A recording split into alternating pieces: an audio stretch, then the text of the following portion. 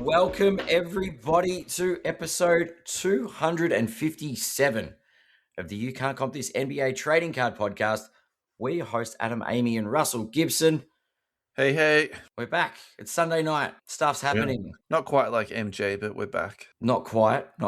We could be traded to the 11th team in your career. All right, look. If I was a veteran in the NBA, I'd be pretty happy with that lifestyle, to be honest. It's either you're really popular or really unpopular if you've been traded that many times, I feel. Anyway.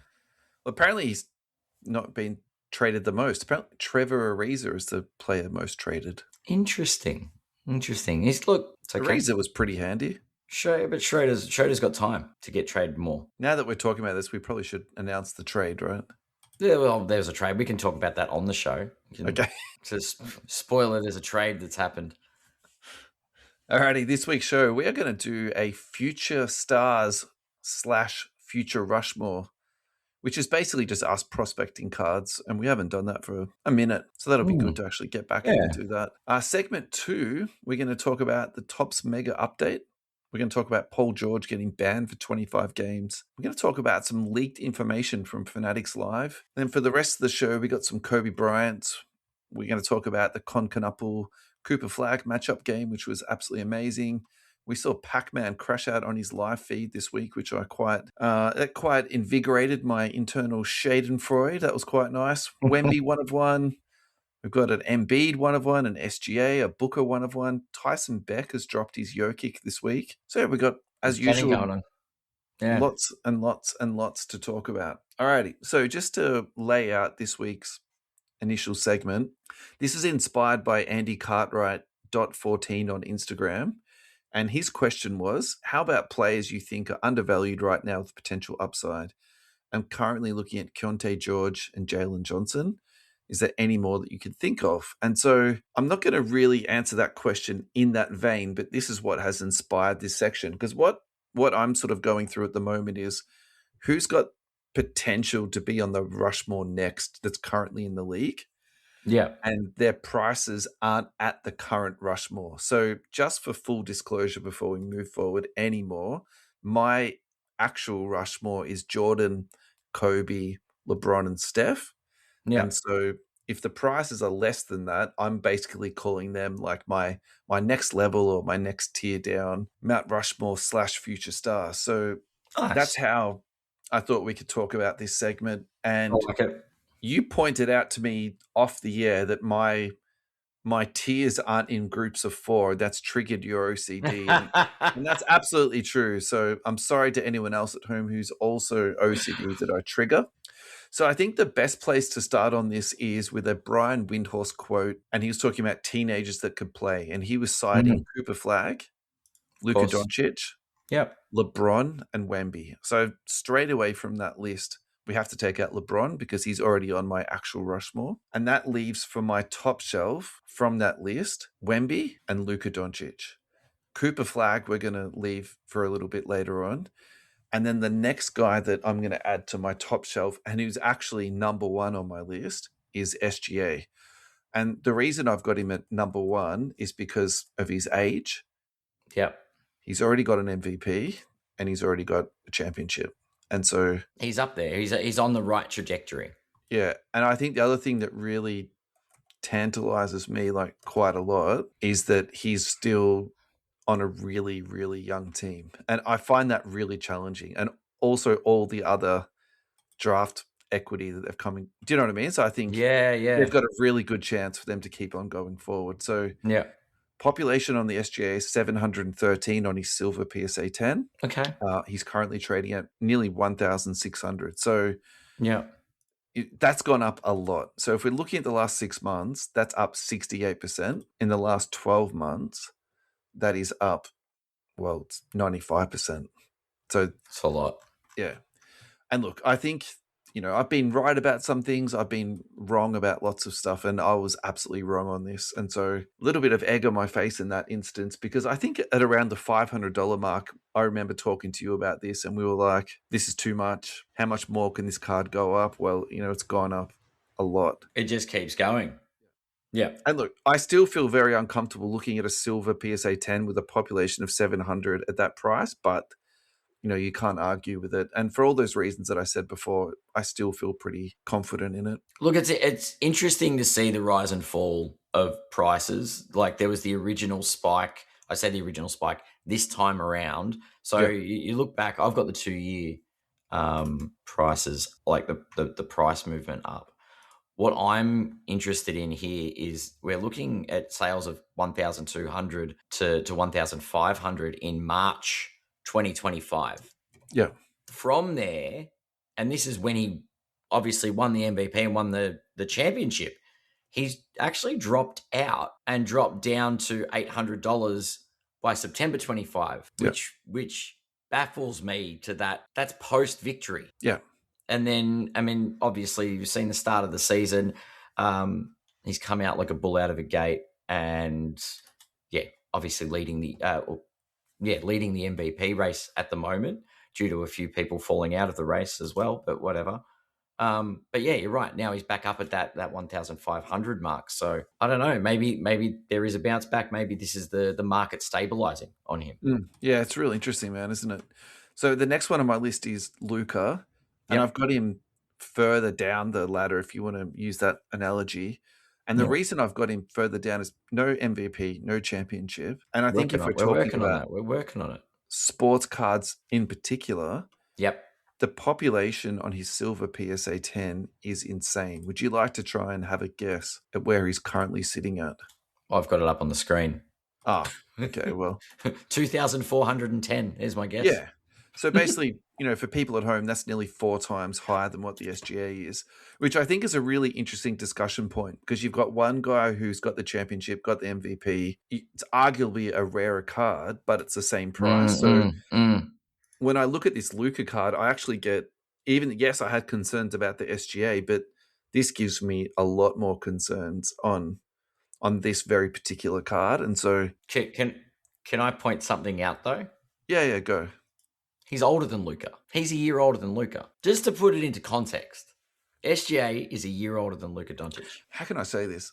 I'm not discarding that fact, but I think both of them are still relatively young.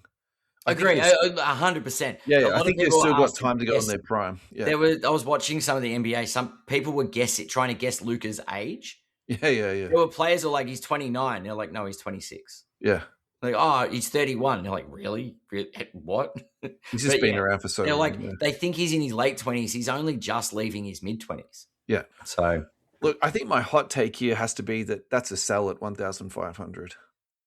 Really? Yeah, I just think with that population, man, the safer bet is SGA. Population count-wise, yes. But, I mean, we can have the population count discussion with the next player as well. Yeah. All right. So just really quickly, the blue fast break to 175 with the Luka, that's currently trading at 5,000. Yes, I know it's a lot more money, but the population on that's just 76. So yeah, I think that, for example, I would be flipping out of that silver, moving into something that's numbered and or lower pop. That to me makes a whole lot more sense. Next on my list is Wemby. I love this guy, but I very deliberately put him third.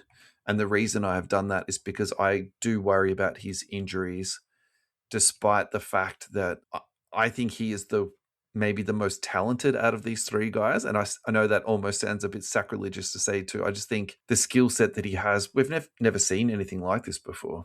He's definitely a freak of nature. Yeah. The injury factor is probably the scariest thing there as far as prospecting on how long this career goes for, how much Wemby we actually get. He seems the most fragile in my mind.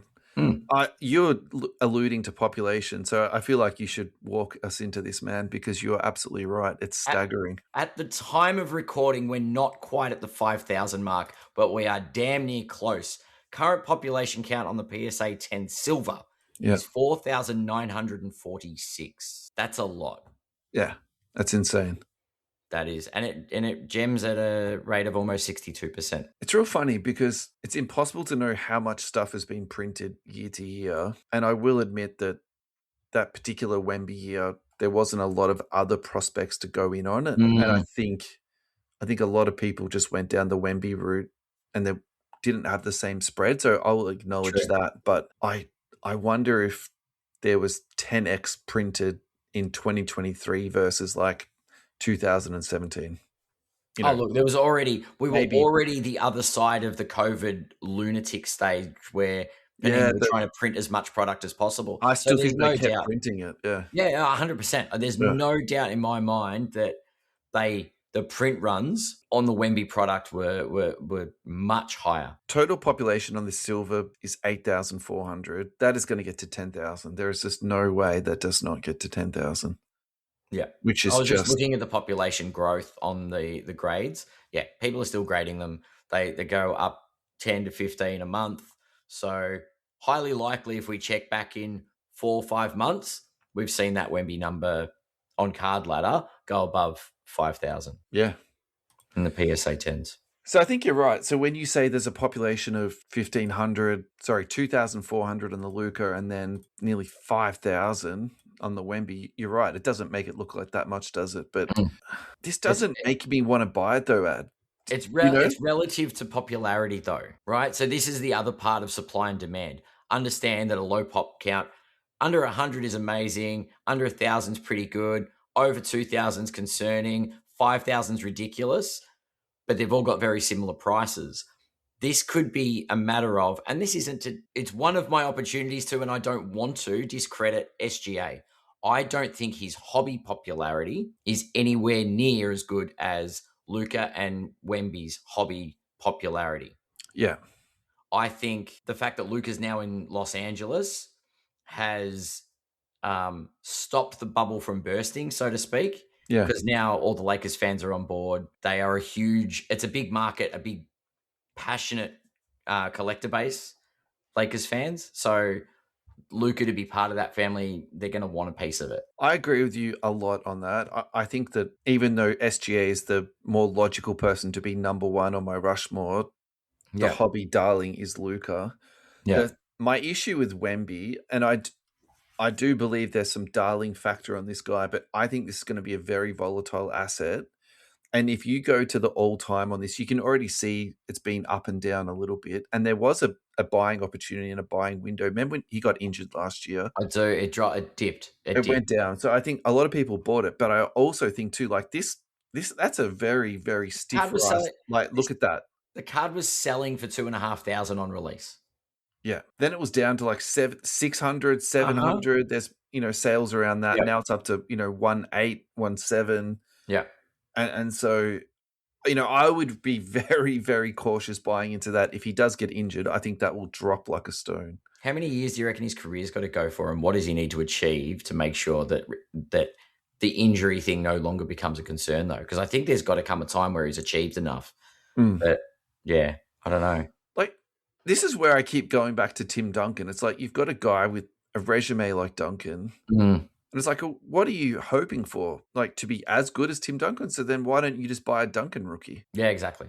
It's. Are you hoping that he's going to be better than Duncan? I feel like the hobby's more about the how they feel about the player rather than the accolades and achievements of the player. Yeah, and the current the current sort of grift that goes on to. So maybe I should have Tim Duncan on my top shelf instead of Wemby. Well, he's definitely not one of the young guns. It's the new age of collecting. Duncan had his shot. He didn't make Rushmore. Tier 2 is Cooper Flagg, Anthony Edwards, and Giannis. We're not going to talk about every player like we did on my tier 1, but we'll really quickly look at Giannis because I think he's always the most interesting. You know what? I think he's an old player and shouldn't be on there. He's had his crack, and I think he's had his peak. And he's declining. Anyway, so my counter argument to that would be that he might be traded to Los Angeles, which if you get Giannis, I'm going to hate you almost forever, to be honest. New York is an option. And, of course, Miami's always trying to like poach people. So this is currently trading at 7,500 and the population on this is 87. And I think that's why you have to at least consider this guy to be, Rushmore-esque. I think the value is all the way up there, and I think the population is delicious. There's nothing short of saying that. My next tier is tier 3. I've got Tatum, I've got Cade Cunningham, I've got Banchero.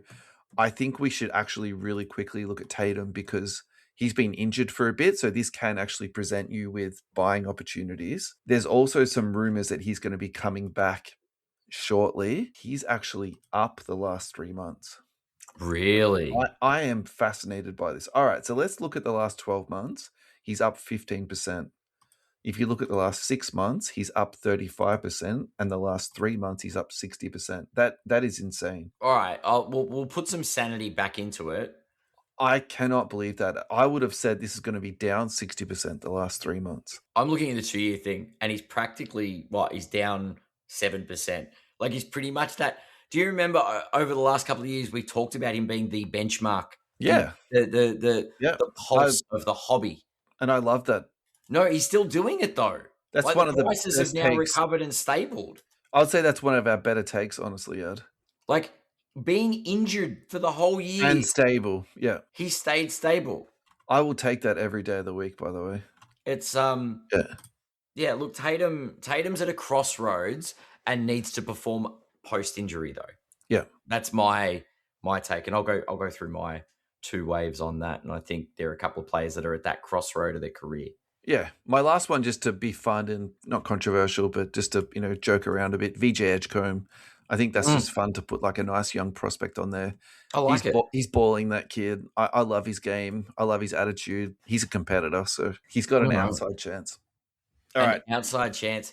Look, I'm not going to go and reinvent the wheel, except I did Rushmore in Rushmore-esque style. I've got 2 main categories, and then I've got my honorable mentions. They all come in 4s.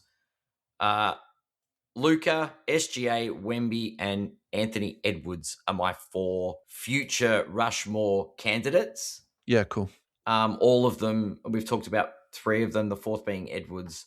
Look, I think if Edwards wins with the Timberwolves, that really changes his trajectory and is going to elevate him to another level. If he can get that team to a championship, that's fantastic and that's insane. Yeah. That's a huge achievement. That is, and he's got the swagger to go with it. That's what I like about Edwards.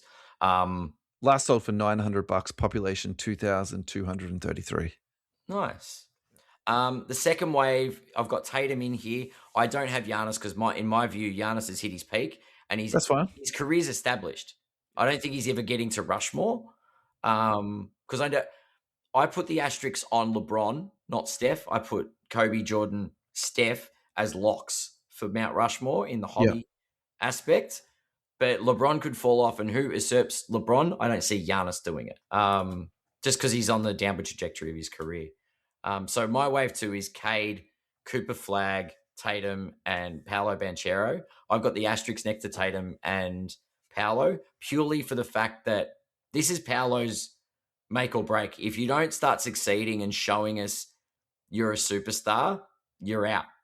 Yeah. We're off. And if Tatum doesn't come back, it's the same thing.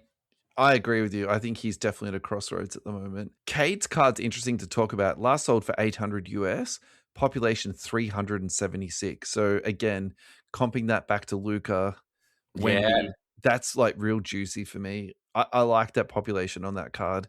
And I think Cade's a good one, yeah. That's a hold at the moment and or a buy. I think that's a really interesting hobby piece at the moment. Yeah, I think Cade Cunningham is and the Detroit Pistons aren't a joke at the moment. They're right at the top of the East. So something to be watching out for.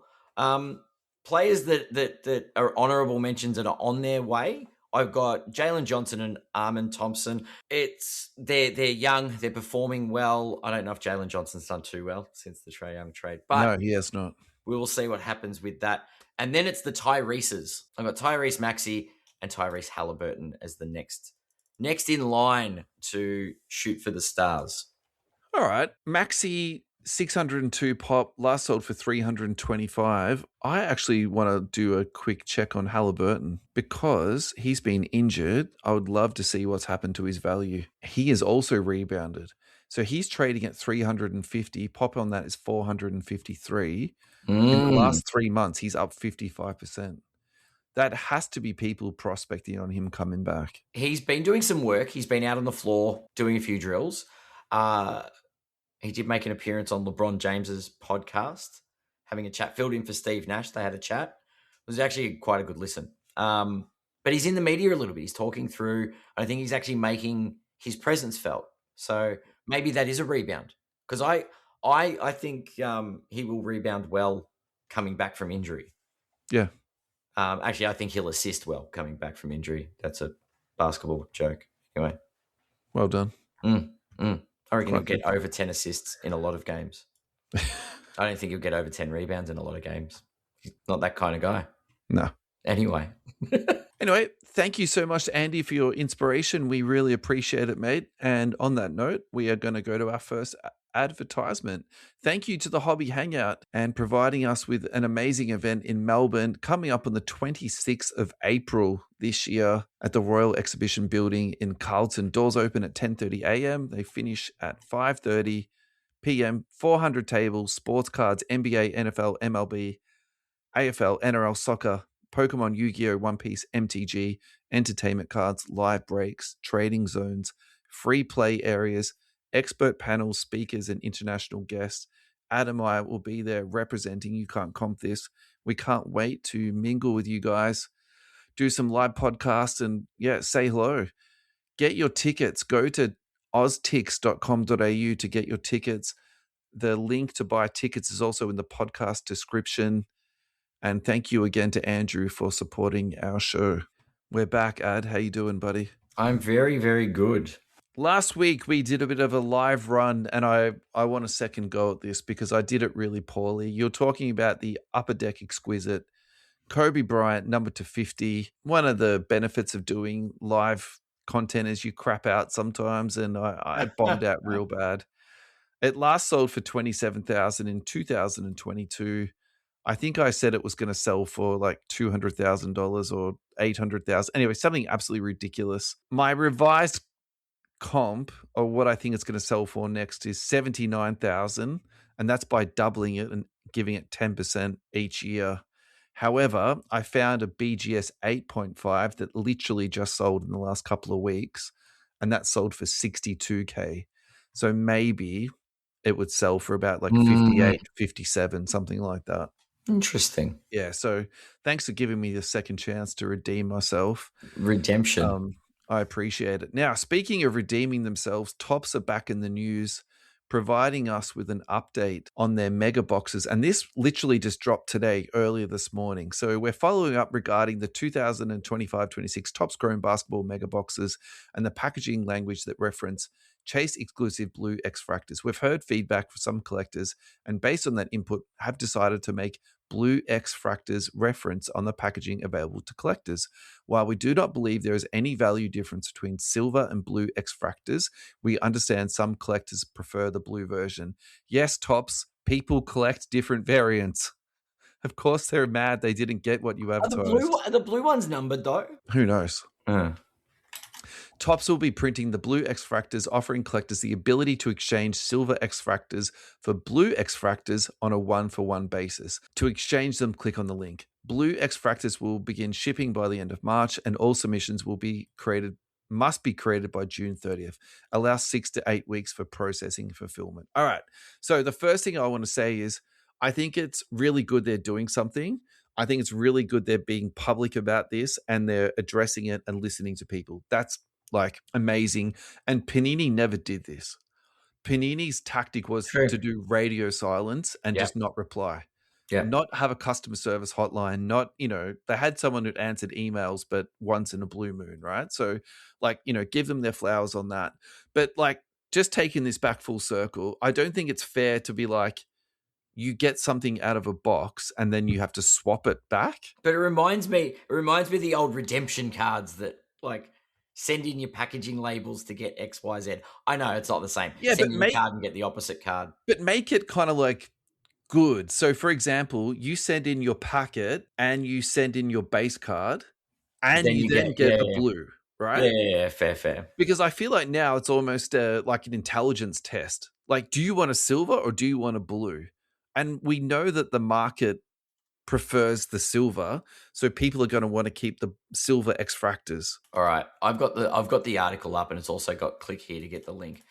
My question is, if I click, it says that my antivirus said that this link is safe, so I'm going to click it blindly.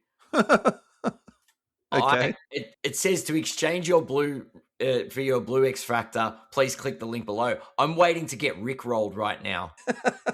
That would be sweet if they did that. If it was, boring. Damn it. Actually, click to the actual link on the top site. Top's ripped. But do you think that's a fair trade, a silver for a blue? Like, no one in the hobby is trading a silver for a blue. I'm not trading my silver for a blue. That's for sure. And I actually think they've done it like this on purpose so they don't have to ship cards out, because I think they know like very, very few people are going to take them up on this offer. All right, but if the blues were all numbered to 199, would you? So I think if they're actually genuinely ultra rare, and this is actually something you can make a play on, because you can say, look, there's going to be heaps of these silver X-Fractors out there, but how many people are going to have them, the blue ones, go to the effort to get them? So you can bring them back, send them off to PSA, and you've got a card with a population of 2, 3, or 5, something like that. Right? SSP value, effectively. I think you could definitely look at that as a play. And I think this is where I'm going to tap into your mindset here on the color matches. Yeah. So really play into that color match, low pop. Okay, great. I've got something that's collectible now. I got a Paolo. I'm going to go and get the blue. I got a Cade. I'm going to get the blue. Yeah. Yeah. Because that color match stuff does look very neat. We don't need to crap on about this too much longer, do we? No. I just want to make sure we weren't getting rickrolled. That's it. No. Paul George has been given a 25-game ban, which is going to cost him $12 million in salary. This was reported by Shams. This is, again, it's only come out really recently, so all the information is not out on this, but it wasn't a PED. It was a medication for his mental health. So essentially, I don't think it would be marijuana, because I don't think they get 25-game bans for this, unless this is like his third or his fourth positive for it. I actually wonder if it was like a prescription medicine that he's acquired without a prescription. This is my completely speculative 2 cents on this, and I'm very interested to hear what he says. And the reason I say that, I wonder if it's like a benzo, because he's been very vocal about the mental health care of NBA athletes. Yeah, it's possible. Yeah.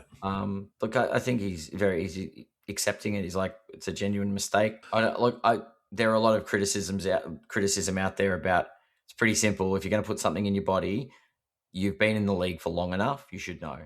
So the fact he's copying it on the chin, it's been discovered. I don't think, he denied it or anything like that. No. I think he knew the risk when he took it. I think he knew that if he got tested, he was going to get done. It's really interesting, though, because it's definitely not something that increased his performance. It's just but it's a banned substance. Yeah. I just find those ones real interesting, because we've most likely got people in the league who are using PEDs at the moment that aren't currently tested for. And for you guys at home, you don't have to test when you're over 40. My ultimate tinfoil hat theory is that human growth hormone is going to be tested for the day LeBron retires. So that's what I'm like alluding to here. Yeah. Anyway. All right. Leaked information from Fanatics Live. Again, I don't know how long we talk about this, but I think we actually have to mention it.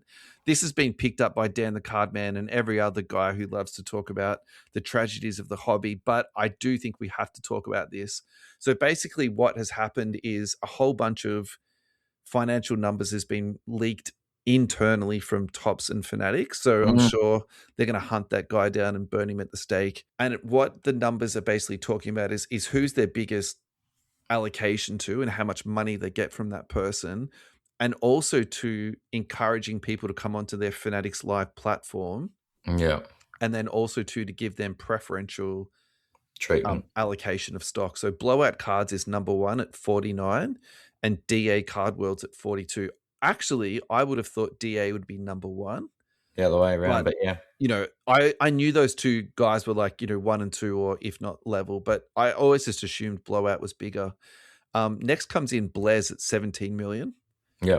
We the Hobby at 13.6. Filth Bomb, which we've spoken before about on the podcast, they're coming in at 12.9, and then Backyard Breaks coming in at 9.9. So I think from my perspective, this really does give you a context of how much money is in this hobby. And we talk about print runs and we talk about all this type of stuff. And actually, that's a really good way to look at it and go, okay, like that's a lot of, that's a lot of money.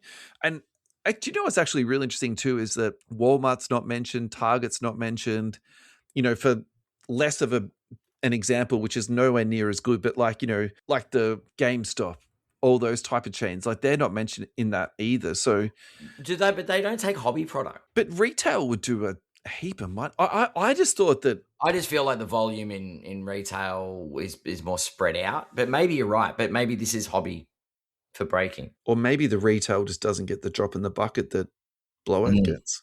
Yeah, that's true. So the other thing to talk about too is how that essentially Fanatics will be double dippy on this. So they sell it to people, then they get a percentage of that total yield back on their breaks Yeah, true. through their Fanatics Live platform. And so also the pressure that must be putting on Whatnot. And then the other competitor into this space is eBay Live, which we've got a representative coming in from eBay next week's show. If everything goes to schedule, we've got someone from eBay coming on next week. So I actually think it'd be good to talk to him about this and how, they're competing against this, because those numbers, that's juggernaut stuff. Yeah, it's pretty insane, isn't it? What do you want to talk about this before we move on? I don't think we need to get into it any more inflammatory than that.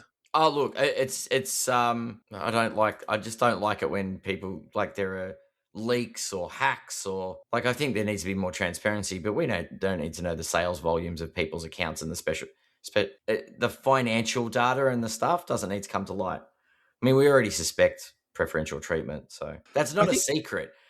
Like, someone that spends $50 million a year is going to get better treatment than me, who spends $50 a year. Do you know what I mean? It's yeah. The logic level of it's obvious when you think about it, right? I think that the person who leaked that did that very deliberately, and they're either a disgruntled employee or someone who got accidentally leak that. You definitely don't accidentally leak that stuff. Yeah, for sure. All right, a Topps related story. This is from the Collectible Gurus. Topps Finest appears to have sold out within minutes. Did anyone get a box or a case? Did you get anything, Ad? Nope. Will you be going into breaks, buying some loose packets, maybe? It's actually the set I would have loved to get my hands on, but I didn't even know it was on the pre-release on anywhere, let alone, live being purchased. So, yeah. Look, I actually don't mind it. And I did a small break today, actually, and I was talking about Topps Chrome and how actually it's... I like Chrome, but this is quite nice to look at. Yeah. Topps Finest it's one of those, it's a very beautiful set. Yeah. I think I've been a little bit slow to come around to the top stuff, but actually it's not as bad as I was probably anticipating. You mean now we've got more than one release? Wait a second. Really? I think the logos has helped me a lot. I think them being the uniforms. I will say I like the colors on the parallels, but I think the inserts, I really did love the art and the risks that Panini took on their inserts. Yeah. I don't feel the same way about the Topps ones, but I'm sure they're going to bring out something that's going to be quite nice. I was going to say, as we get more releases, we'll see different things pop up. Hopefully.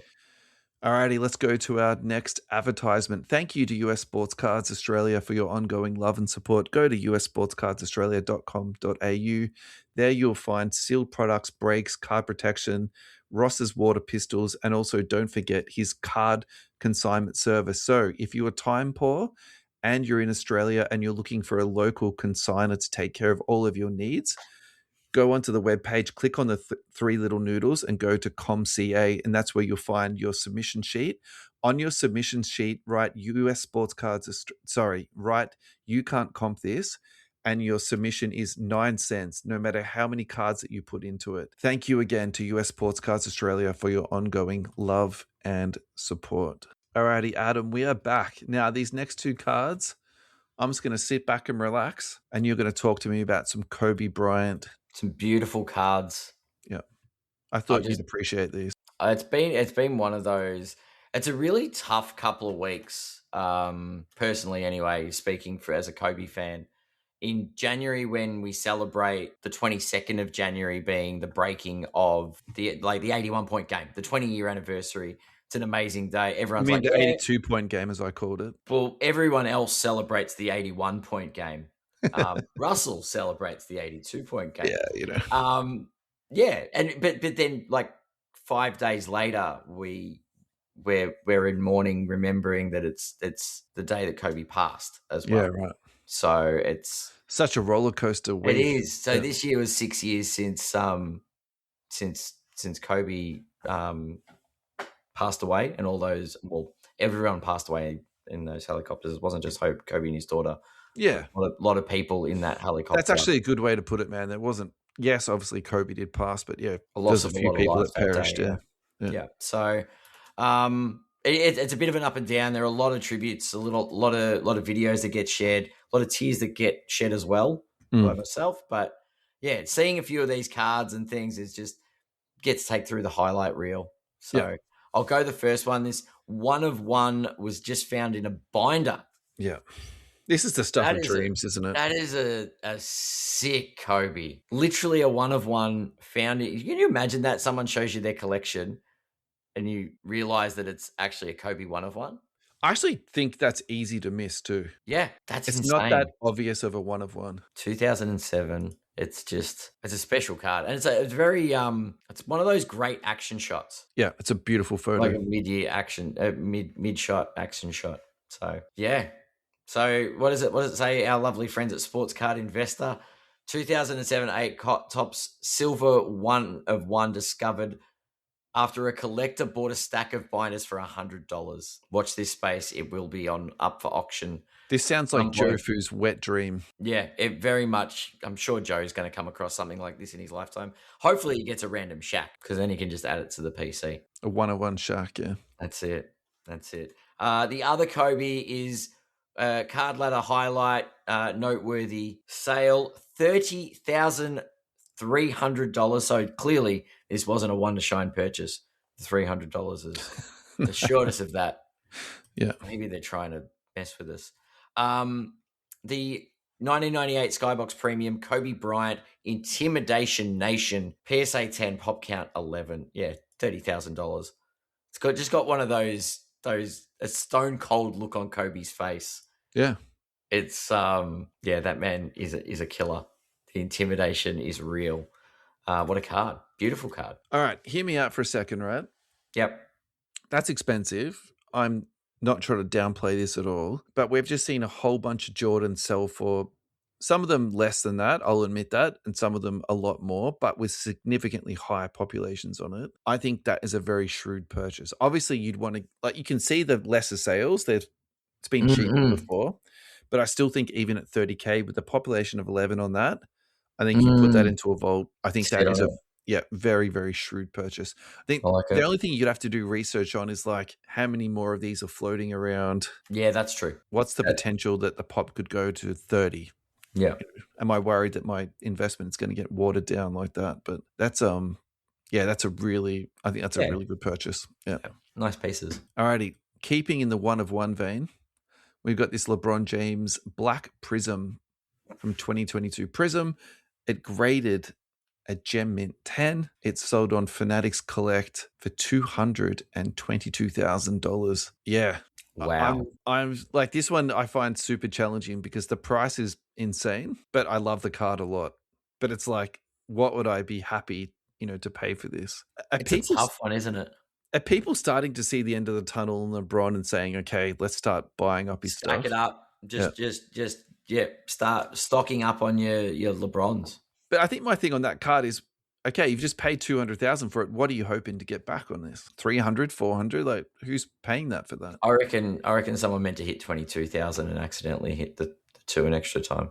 I wonder if it was 200,000 and that was like the buyer's premium or something. Maybe. Yeah. Could be a one to shine purchase. Then that's it. Code. It's a lot of money. This hasn't got enough autographs and patches and.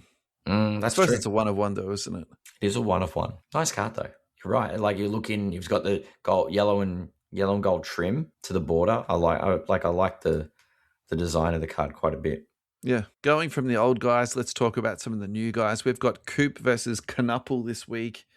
And I watched the replay. I didn't see it in live time. Rookie showdown.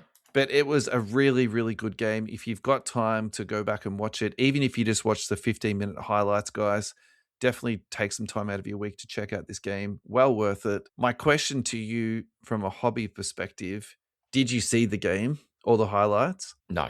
Oh, okay. I was going to say, well, you have to pick one to be Rookie of the Year, Cooper or Knuppel. Who would you pick? Who would I pick? Because it's becoming a real conversation now. Knuppel. Okay. I think Charlotte's going to go better in the post. I think Charlotte's actually going to contend they're going to make the playoffs because of having a lights out rookie. Yeah. and Dallas are going to be in the lottery because of no fault of Cooper's. But So we are not a gambling show, and I try my darndest not to talk about gambling. And this is not an ad, by the way, but the odds on Cooper is $1.17. So if you think Con's going to win, he's currently at $4.15. So you might want to throw a nice little pineapple down onto that one. I've already got a pineapple on my boy, Luka. Luka is currently third in MVP voting at the moment. It's all right. Longevity. The others will get injured. It's all right. It's an 82-game season for a reason, isn't it? That's it. Although, speaking of which, Jokic came back. You want to talk about Jokic? He's back. He played. Okay, let's talk about Jokic. Played well. Why do you think he came back so soon? I said this when it happened. Yeah. He's considering, he still can miss 1 or 2 games. I think that is the only reason why he came back so soon. On a minutes restriction. It's so funny, like for a guy that doesn't care about the game. Yeah, I was trying to think of the right word for it. That guy is so lackadaisical in his presentation, but so driven and competitive at the same time. It's insane. There's no way it isn't because he wants to be in contention for MVP. That's the only reason why. Yep. Yep. I mean, look, I love that competitive spirit. As long as he doesn't hurt himself permanently and it doesn't make the injury worse, I actually think we've somehow swung the pendulum back too far where athletes play not enough. And so I like it. I like it a lot. Yeah, me too. And Luka rolled his ankle in Cleveland. Everyone was really scared. And he came back and played that's Cleveland's fault. Okay, in a second. I'll defend you Laker fans for a second there. That's because they didn't have the court set up properly. Cleveland's the only place in America that's still got that raised bit. And Luka did say, look, I'm sorry, I won't celebrate like that in Cleveland again. How about they just... It's my fault for goofing off. And I'm like, well, not really. Put a proper court up, boys. Exactly. Come on. But yeah, he played against Washington and got a triple-double in 18 minutes. That's, isn't it the fastest triple-double since Luka did it last time? Anyway. The Wizards are rough, man. We got to go for a break. It's already time already. Thank you so much, Neon Cards, for your ongoing support. Go to neontradingcards.com. There you'll find a huge array of breaks. Soccer, NBA, MLB, F1, AFL, NRL, WWE, and also Marvel. Neon are also on Whatnot, so go to Whatnot to find Neon for all of your breaks onto that. They are one of the 3 Australian repackers on Whatnot. And Neon Trading Cards are also a Tops and Fanatics direct breaking partner. So if you're looking for a legitimate breaker with fantastic partnerships, this is where you want to go to for that. Now, big week, as always, at Neon. Tops Midnight is releasing. They'll be dropping breaks on that. They've also got Tops Chrome, as always. And if you're an MLB fan, they've got MLB Museum and EPL for you soccer heads, EPL Chrome. Big week, as always. Go to neontradingcards.com. Alrighty, Ad, we're back, mate. How are you doing? We're into the final quarter. We're there. It's crunch time. So earlier in today's show, we did the Mount Rushmore and we had Maxi loosely on that. We probably dropped the ball on this, but that's okay. We can go back to Maxi here. Tyrese Maxey gold, so true gold, number to 10, recently just sold for $18,300. It was BGS 9, but that's okay. How do you rate the sale of this card, Ad? Because I like Maxey. You don't know if you like him that much? I like Maxey a lot. I just think that until his situation changes with Philly, well, Paul George is out due to a drug suspension. Embiid is so up and down, but actually I feel like his career is going to exponentially go up once they get rid of Embiid and also Paul George. And they build around him and Edgecombe. I think that's going to be a sick team. I think if you're a Philly fan, you've got so much to look forward to. The future is bright. Yeah, it's so good. Maxey's but the question is how long does that take to fizzle out? And you have to regrade it. You have to put it into a PSA slab. Yep, 100%. But probably worth the risk. If he explodes, 100%. Yeah, look, I do like this purchase. I just think it's got a bit of risk involved with it due to the, him as a prospect and also the BGS slab. But yeah, I love it a lot. Look, he's in my honorable mentions for future Mount Rushmore potential, hobby Mount Rushmore, of course. So I think it'd be very hypocritical of me to say it's not a smart purchase. I think this is good. The next thing for us to talk about, and I've entitled this next part, Pac-Man crashing out on live stream when he was live this week trying to sell a 10 case break of Topps Midnight, and he was doing it as a player break. So the Steph Curry spot alone was like $5,500 US. So we weren't talking about, small amounts of money. The break was selling very, very slowly. And so he was just getting more frustrated as time was going on. And he did the whole thing of, I'm losing money here and, da-da-da-da-da. And then he went on this sort of tirade when someone was in the comments telling him that they were broke. He didn't appreciate that. He sort of chastised them for that. Wow. And then the next thing he pulled out was that these spots are so cheap, you just can't lose.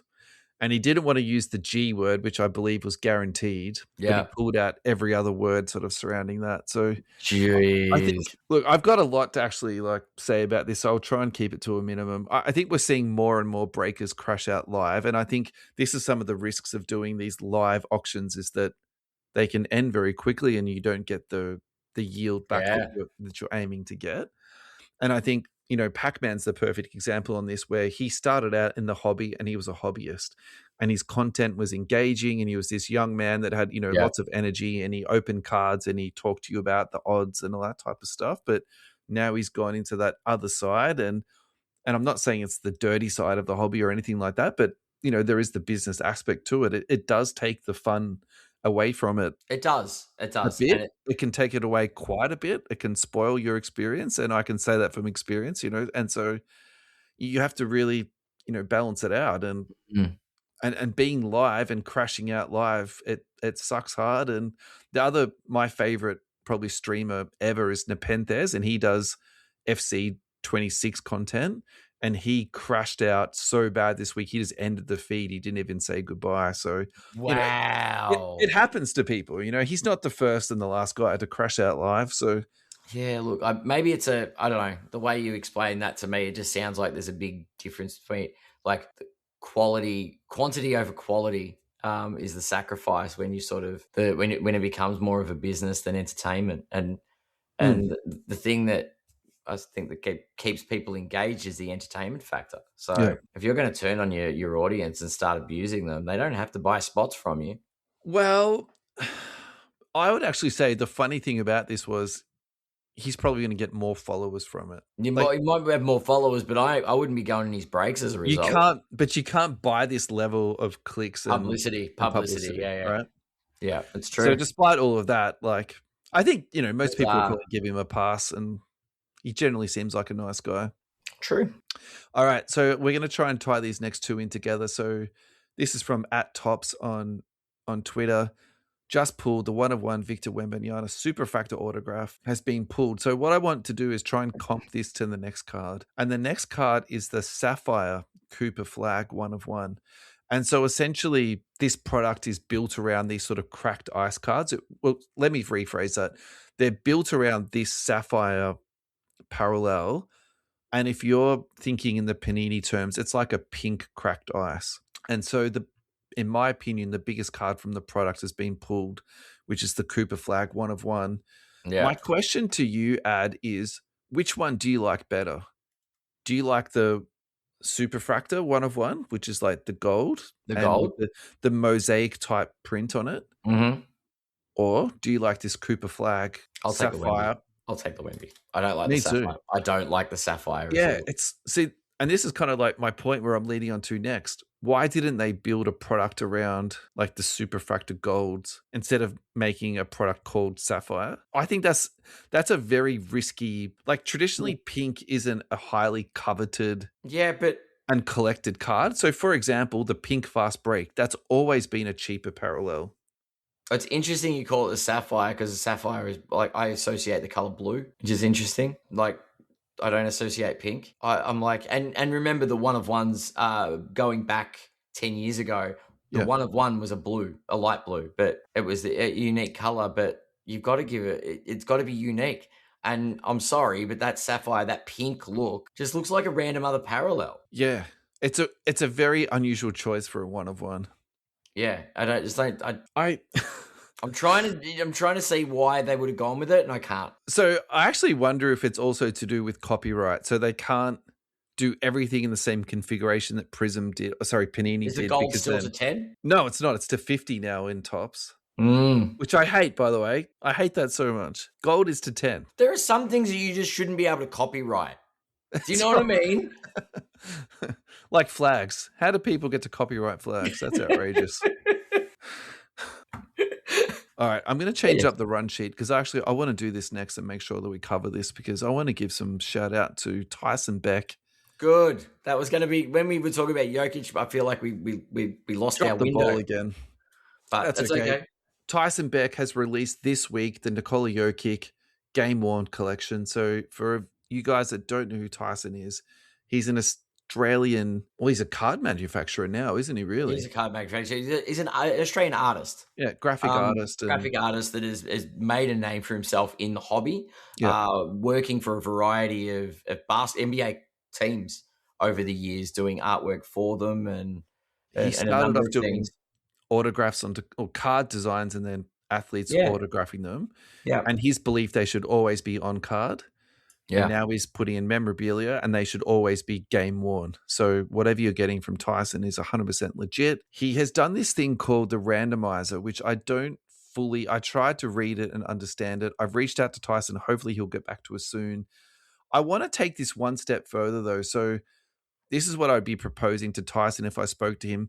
Do like a Tops Now type release where you make a really nice card, you sell them online and just say there's 10,000 of them that sell, everyone gets one card. And then within that randomization, there's like a really, really nice patch autograph or an autograph card. So people can get in at like say a $5 or a $10 price point with the chance of getting a card. Because I think the way that Tyson prices is really, really fair. Yeah. But also too, I think the opportunity to get into these cards for say 5 or 10 Aussie dollars, I think that will be like fantastic. Yeah, like that'd be There's fine. my unsolicited I like it. request to Tyson. I like it. Well, maybe we can get Tyson back on the show and have a bit of a chat because tell you what, all jokes aside, these Joker cards are amazing. Would you buy one? Yeah. The actual Joker one I'm looking at on the screen at the moment. The autograph, I'm like, oh, they are some nice drops there from Tyson. And you're right, I think Tyson could capitalize on a Tops Now type release with because it's his artwork that is really cool. Like some of his drawings are phenomenal, or most of his work's phenomenal. So regardless of the autograph, I think getting a piece of being able to produce some more Tyson Beck exclusive stuff could be a big next step. But awesome. Going from strength to strength. Yeah, he's killing it. Every release is something bigger. He's got some of the biggest names in the world. So yeah, great job from Tyson. All right, we'll see how we go to get through these next three cards. All three of them. There's a lot of one-of-ones this week. We've got an Embiid, an SGA, and a Booker. So the Embiid recently just sold for $144,000. It's a one-of-one rookie horizontal logoman on-card autograph, BGS 8.5, autograph 10. Look, I'm so stuck on Embiid. I think that his hobby value is actually too low for the talent and him having an MVP, but I think my concerns for him is that he just doesn't have the hobby love, and he's such an injury risk that I don't think he ever will have the hobby love. Yeah, he's just such a tough one, man. So I think the ship sailed. I'm going to go back to the Giannis thing. I'm like, it's been too long now. Yeah. So regardless if he turns things around, I don't think that changes his hobby love. Yeah. Now on the flip side, on the next card we've got the SGA Donruss Optic, black 1-of-1 with the on-card autograph, PSA 9. This sold for $90,000. And so I find this challenging because this is like a second or a third tier hobby product. Yeah, and it's fetching that kind of price. $90,000. So maybe actually what the story is here is just how hot SGA is right now. And so do you think this is the top and you start selling out all your stuff, or are you like, this is just the beginning and, we should start buying it all up? I got to tell you, I'm sort of reluctant or thinking to sell some of my SGA stuff. Yeah, I think you need to know where the bubble is at its peak, because I think this is a rebound growth stage. Like it's not It's not overhyped, but I don't think it can go a lot higher. But I've thought that before. So I was going to say, we've said that before though. When his silvers are at $500, right? They were like, but I'm talking about the player's journey in comparison to their value. So what does SGA need to do? Does he need to go back-to-back MVPs and championships? Does that put him into the stratosphere? What happens if the Thunder go out in the first round and he doesn't win the MVP? So I think he has to get to 4 championships because then he's on par with Steph. And then that becomes a very interesting conversation. Okay. So very it's a long way off that. And every year he doesn't do it, it's scarier. Yeah, fair enough. Fair. And number 3, this is, you know what the funny thing about all these one-of-ones? It's just like most of the product these days. There's that many one-of-one products in one product. All of these one-of-ones in one show. We could just show one-of-one, but no, there's more one-of-one. Yeah, you're using the word one too much and my head's hurting a bit. Well, that's what happens when I get a checklist and I just say there's a one-of-one and a one-of-one and a one-of-one. And oh, look, there's 18 one-of-ones. Yeah. Doesn't it mean they're sort of one of 18s? I don't know. You're still confusing me. Can we just talk about cards, please? Sure. There's another one-of-one to talk about. Devin Booker from Prism, black 1/1. PSA 8, autograph 10. This sold for $12,600. I'm a little bit sad about this one. I think Booker has got so much talent. The Suns are just terrible. I think he's going to re-up in Phoenix and be there for a really long time, which probably means he won't be competing for a championship anytime soon. Look, I don't know. If you ask some Phoenix fans, they're getting a bit hopeful this season. They're still they're in the 7th seed at the moment. Look, they're competitive. I just don't think they're going to win a championship. No, I definitely don't think they're going to win a championship. Like, I think Houston has got a better chance to win than Phoenix does. And I'm directly saying that because of Kevin Durant. Yeah, 100%. All right, buy, hold, sell at $12,600. That's the last question I've got for you today, mate. Buy, hold, sell at $12,500. I'd probably sell it. I don't want to hold Booker. I don't think in the landscape of the entirety of NBA history, I think he's a blip on the map. Unfortunately, I think he's a good player, but I just don't think hobby-wise there's enough relevance there. I'm selling the Embiid, I'm selling the SGA, and I'm buying the Booker. You're buying the Booker? I'll sell you the Booker. Yeah. I'm selling the SGA, I'm selling the Booker, and I wouldn't have even bought the Embiid. Oh, wait, hang on a second. Maybe I'm selling the Booker too. Like, you can buy a Jordan or a LeBron order for this, can't you? Yeah, easy. But you could, I mean, yeah, I know. I wouldn't. If you're going to, actually, if those 3, if I was going to buy anyone, it's the Booker. But I'm probably not buying it. Yeah. Anyway. Thank you, Central Coast Radio. Thank you to all our podcast listeners. Thank you, everyone, for chatting to us on socials this week. It's been good. Been a fun week. Yeah. It's been awesome. Yeah, thanks to everybody on YouTube that's been subscribing and following and liking the videos. We really do appreciate it. Yeah. Thank you, Adam. Thank you, Russell. I will see you next week when we've got a big guest. Yes, fingers crossed. Hopefully. We'll see you then.